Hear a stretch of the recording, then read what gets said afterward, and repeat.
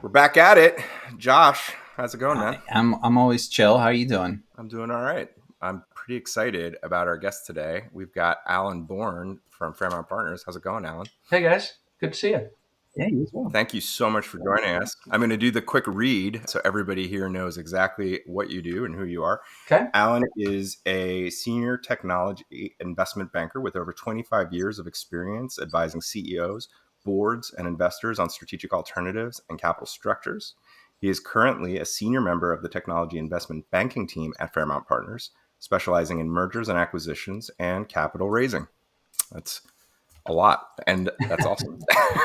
We're super excited to have you around because we've been chatting with a few folks about this whole hidden chasm concept, which is just a fancy way of saying things that you maybe didn't think about for years in terms of your technology and your strategy and your strategic alignments that then come and hit you in the face when it matters most.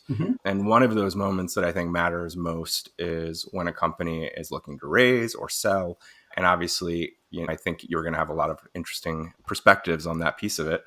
And so far, we've had conversations with process experts and product experts. We'll probably be having more conversations with revenue and technology experts, but I think this is the one I'm super excited about right now. Tell us a little bit about yourself and what you guys are doing at Fairmount. Yeah, I'll give you a little bit of background. I got into tech in the mid 90s. I was working at the American Red Cross. This is like 93, 94 timeframe. I was doing marketing for the Red Cross.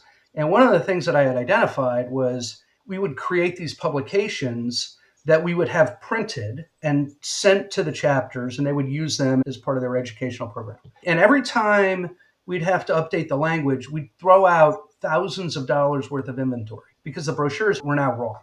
And so I thought, is there a way that we can digitize these brochures and put them on the internet? We didn't even have a website at the time, but make them available so that they can print them out and distribute them that way. So I started talking with folks about that. I got invited into the task force at the Red Cross to get the Red Cross online. Well, part of the task force was an ISP that was based out in Irvine, California.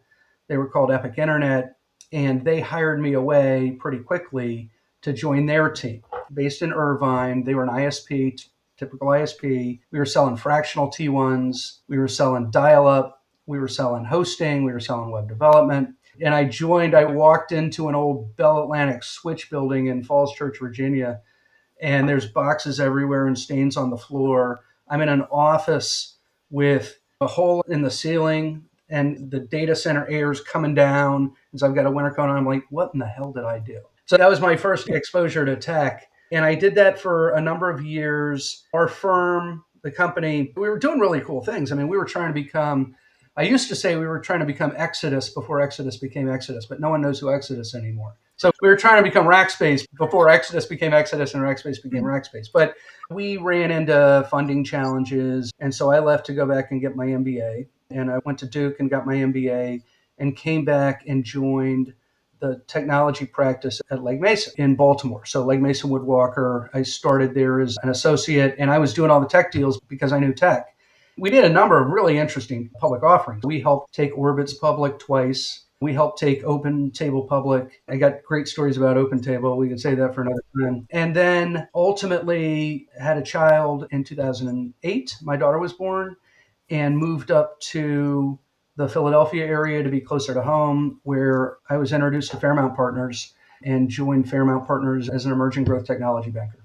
Thanks for the background. Could you tell us a little bit more about Fairmount specifically? Yeah, happy to. We are a boutique investment bank. We cover 4 industry sectors. We cover healthcare services, which is really pharma services. We cover business and consulting services, which is a lot of IT services and staffing. We have a practice that does industrial and consumer. And then we have a practice that focuses on emerging growth technology, and I'm part of the technology practice.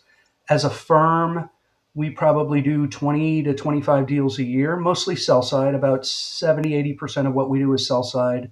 We do some buy side M&A for areas that we know really well. That's probably 10 to 15% of what we do. And the rest is later stage growth equity and general financial advisory. From a deal size perspective, we operate in the, call it 30 to 300 million in enterprise value range. And I think over the last couple of years, our average enterprise value on a sell side was around $100 million. Okay, so you deal more with organizations that seek to be acquired than to acquire? We do. Interestingly, when I was at Leg and Stiefel, we were doing mostly sell side and public offerings. We avoided buy side like the plague. But at Fairmount, we view buy side as a way to really get deeper into the industries that we serve. And so if it's a strategic type of a deal, so for instance, HR tech is an area that we focus on.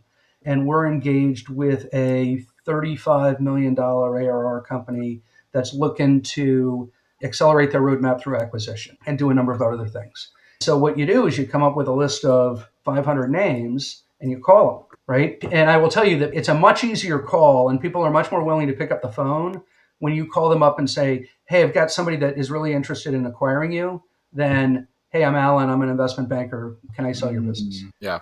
It's a different message in it. But what that allows us to do, not only is it good from a marketing perspective, but it's also really good because we're out talking to emerging growth companies who are doing really cool things, and we're learning about their business, and we're learning about their go-to-market, and we're learning about how the economy is impacting their business. Are software buyers buying your software? Are you up 10% this year? Are you down this year? And by having these conversations on the buy side, you can get a really good flavor of what's going on in the broader market out there. And then consequently, you can use that to advise your clients. I've been hearing that in M&A, it's a seller's market at the moment. Would you agree with that or not? I would disagree that it's a seller's market at the moment. We're not in a headwinds environment anymore, but we're not in a tailwinds environment either. And there's a number of things that are impacting tech, just in the frame that I deal in, which is tech. There's a number of things that are impacting tech M&A. So multiples are impacting tech M&A. We have a SaaS index. We track like 100 SaaS companies. And SaaS multiples, median multiples were 20 times revs in 2021. By the end of 2022, median multiples were 5 times revs. So the dislocation there was huge from a valuation perspective, right? And so consequently, when the multiples pull back, you have a lot of folks who are sitting on the fence and saying, well, I'm not going out to market where multiples are today. Now, interestingly, if you do a straight line back to like 2018, multiples are sort of in the range. You just had this 2000, 2001 blip. And if you missed it, unfortunately, you missed it. We don't know that that's going to come back anytime soon. If you're looking at median multiples, you can't really go back into 2000 and 2001 because they're just so outsized. But if you look at median multiples since 2022, call it 3.5 times revenue for median, but a good company can trade for 5 to 10, but the median's way down. So now back in terms of, is it a seller's market? If you're a really hot SaaS company that's sort of on its way or past $10 million in ARR, that's rule of 40. And what rule of 40 means, for those that don't know, is rule of 40 is if you add your growth rate, so I grew at 20% last year, to your EBITDA margin, my EBITDA margin was 20% last year, that combination is rule of 40. So in that scenario, rule of 40. But typically for emerging growth, it's their growth rates like 50%, 60%, and they're burning a little bit of money. So for a rule of 40 company, growing rapidly, has some size, and is close or can be profitable, those are the ones that are still trading at big multiples because there aren't that many of them out there. So there's a scarcity effect that is for really good companies driving up valuation multiples. But if you're a median company or a below median company, it's tough to be a seller today.